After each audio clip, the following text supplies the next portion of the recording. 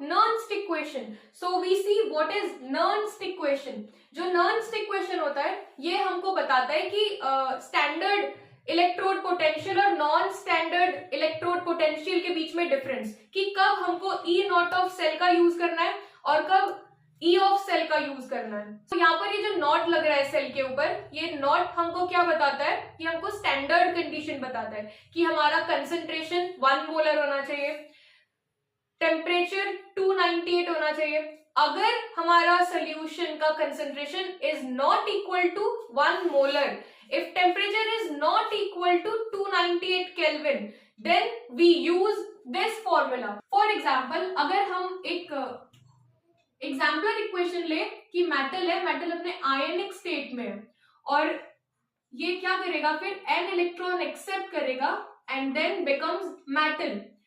Like हमने पहले भी देखा हुआ है कि जिंक जो होता है, जिंक अपने आयनिक स्टेट में क्या होता है, +2 ऑक्सीडेशन स्टेट में होता है, मतलब +2 स्टेट में होता है. जो जिंक होता है वो अपने आयनिक स्टेट में +2 स्टेट में होता है. ये अपने क्या करेगा, 2 इलेक्ट्रॉन को एक्सेप्ट करने के बाद जिंक मेटल बन जाएगा. मतलब जिंक का यहाँ पर क्या हो रहा है, जिंक का यहाँ पे रिडक्शन हो रहा है.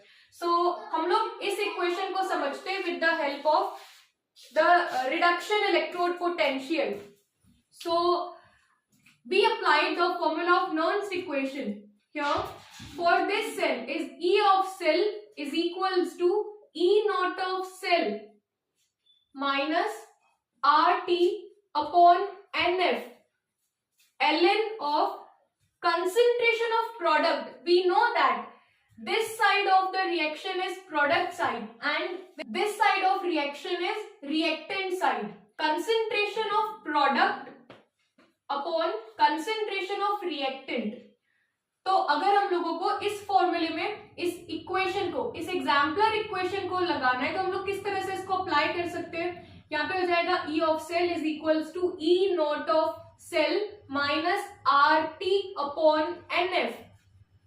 ln of product, product is concentration of metal and its ion which is at reactant side, Mn positive, जो कि रिएक्टेंट साइड पे है.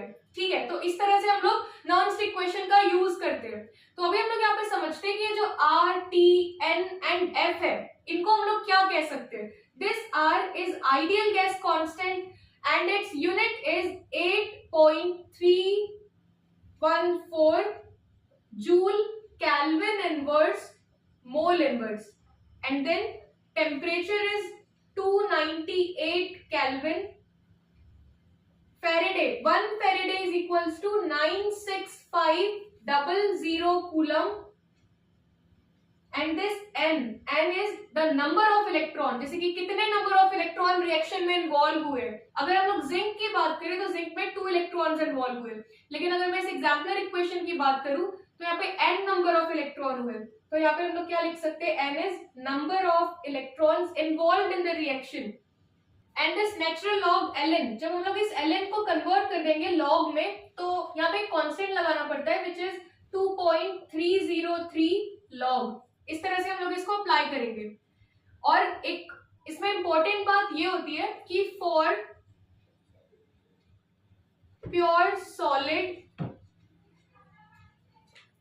लिक्विड और गैसेस, जो प्योर सॉलिड, लिक्विड और गैसेस होते हैं, at 1 atmospheric pressure, at 1 atm pressure और 1 molar concentration, it will be taken as unity, which means that, इसका मतलब क्या हो सकता है कि जो प्योर सॉलिड्स होते हैं, लिक्विड्स होते हैं और गैसेस होते हैं, ये 1 atm प्रेशर पे और 1 मोलर कंसेंट्रेशन पे इनका जो कंसेंट्रेशन लिया जाता है 1 मोलर कंसेंट्रेशन पे, ये यूनिटी के इक्वल होता है. लाइक जैसे कि हमने यहाँ पे जो मेटल लिया हुआ है, मेटल अपने सॉलिड स्टेट में, मतलब ये अपने प्योर स्टेट में है, so it will be equal to 1. Unity means 1. Similarly यहाँ पे हम देख रहे हैं कि हमारा जो जिंक है ये आयनिक स्टेट में, मतलब एक्वा स्टेट में होगा, और जब ये 2 इलेक्ट्रॉन एक्सेप्ट कर लेगा तो ये सॉलिड में कन्वर्ट हो जाएगा, जिंक जो होगा वो सॉलिड बन जाएगा। तो यहाँ पर जो कंसेंट्रेशन होगा जिंक का in its solid state only, then it will equal to 1। तो इसे हम लोग कहते हैं कि it will be taken as unity. अब हम लोग इन सारी वैल्यूज को जैसे ही इस फॉर्मूले में पुट करते हैं तो जो हमारा फॉर्मूला बनता है वो क्या बनेगा देखते हैं। So E of cell is equals to E not of cell minus, जब R की वैल्यू रखेंगे हम लोग T, F और Ln कांस्टेंट, Ln से जब लॉग में कन्वर्ट करेंगे तो इन सब का जब हम लोग मल्टीप्लाई करेंगे तो हमारे पास में जो वैल्यू आएगी इट इज 0.0591 अपॉन, क्योंकि इस इक्वेशन के लिए यहाँ पर n इलेक्ट्रॉन्स इन्वॉल्व है तो हम लोग यहाँ पे क्या लिखेंगे n, क्योंकि अब ln तो नहीं रह गया है। ln क्यों नहीं रह गया, क्योंकि हमने इसको कन्वर्ट कर दिया है किसमें, लॉग में, तो यहाँ पे ln रिप्लेस हो जाएगा विथ लॉग, क्योंकि इसका मल्टीप्लिकेशन हम लोग कर चुके हैं। तो यहाँ पर हो जाएगा अभी कि 1, प्रोडक्ट पे क्या लिखेंगे हम लोग 1, क्योंकि यहाँ पे जो मेटल बना है it is equals to 1 because metal should be taken as unity because they are in it solid state, and then upon जो रिएक्टेंट होगा, रिएक्टेंट का कंसेंट्रेशन इज Mn पॉजिटिव। इस तरह से हमारा नॉन स्टिक इक्वेशन बन जाता है।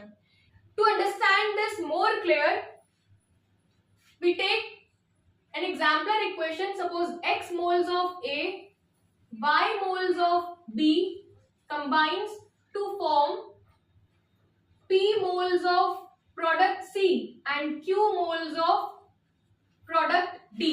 अब अगर हमारे पास में सपोज कि ये इक्वेशन है और इस इक्वेशन को हम लोगों को यूज करना है इन दिस नॉन स्टिक equation, then we write this formula E of cell is equals to E not of cell, ये तो एज इट इज रहेगा, इसमें कोई चेंज नहीं आएगा, minus 0.0591 upon, suppose n electrons involved है इसमें, लॉग, लेकिन यहाँ पर अब ये चेंज आ जाएगा क्योंकि हमको पता है लॉग के आगे क्या होता है, कंसेंट्रेशन ऑफ प्रोडक्ट, और हमारा प्रोडक्ट का कंसेंट्रेशन क्या होगा, concentration of C, and C की पावर में इसका स्टोइशियोमेट्रिक कोफिशिएंट हो जाएगा, इसकी पावर में हम लोग लगा देंगे P, और जो कंसेंट्रेशन ऑफ प्रोडक्ट D होगा, D की पावर में आ जाएगा Q। Similarly upon reactant, and this reactant is concentration of reactant A raised to the power its stoichiometric coefficient X, and concentration of reactant B raised to the power its stoichiometric coefficient Y. That is how we use these equation in terms of their stoichiometric coefficient. We understand this topic more clear with the help of this numerical. So the question is, calculate the electrode potential of a copper wire dipped in 0.1 molar solution at 298 Kelvin, in which जो E naught of cell है copper का positive 0.34 volt. So we have to calculate electrode potential. Electrode potential निकालना है copper का। अब जैसे कि आप लोग देख सकते हो कि यहाँ पर हमारे पास में E of Cu di positive and Cu तो है, पर ये अपने स्टैंडर्ड स्टेट में, ये स्टैंडर्ड कंडीशन है और ये नॉन स्टैंडर्ड कंडीशन है। This is E of cell and this is E not of cell. So यहाँ पे हम लोगों को E ऑफ सेल निकालना है। सो सबसे पहले कॉपर का अगर रिडक्शन हो रहा है, it means that copper is in its aqueous state, copper di positive, it will accept 2 electrons and then become copper metal. अब जैसे कि हमको दिख रहा है यहाँ पे कि ये हमारी रिडक्शन इक्वेशन हो गई कॉपर की, और यहाँ पे जो नंबर ऑफ इलेक्ट्रॉन्स है इट इन्वॉल्व्स 2, जो नंबर ऑफ इलेक्ट्रॉन्स इन्वॉल्व है यहाँ पर 2 है। E ऑफ सेल, अगर मैं सेल के बदले Cu डाई पॉजिटिव लिख दूं तो वो भी सही होगा, और यहाँ पे क्या होगा E not of Cu di positive और Cu माइनस 0.0591 अपॉन n की प्लेस पे हम लोग क्या लिखेंगे 2 log concentration of product, but this product is solid. Since this copper in its solid state will taken as unity, इसको हम लोग 1 के इक्वल मानेंगे क्योंकि कॉपर यहाँ पर अपने सॉलिड स्टेट में है। So 1 upon concentration of reactant, और रिएक्टेंट हमारा यहाँ पे क्या होगा, Cu di positive, and then we have the value of E naught of cell is 0.34 volt minus 0.0591 upon 2 log 1 upon. Now what is the concentration of Cu dipositive ion? So जो copper dipositive ion है, it is dipped in 0.1 molar solution. तो हम लोग यहाँ पे क्या लिख सकते हैं, 0.1 molar of solution. So 0.34 minus, जब हम लोग 0.0591 को डिवाइड करेंगे 2 से, तो इसका आंसर हो जाएगा 0.02955, और यहाँ पे क्या होगा, log 1 अपॉन 0.1 है।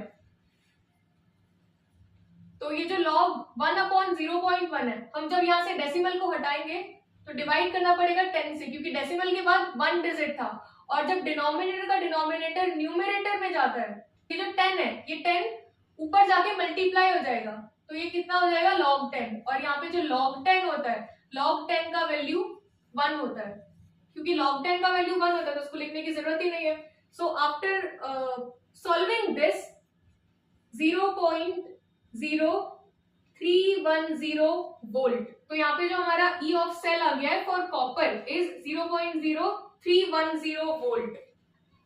तो इस तरह से हम लोग E ऑफ सेल की वैल्यू निकालते हैं, which is not the standard condition.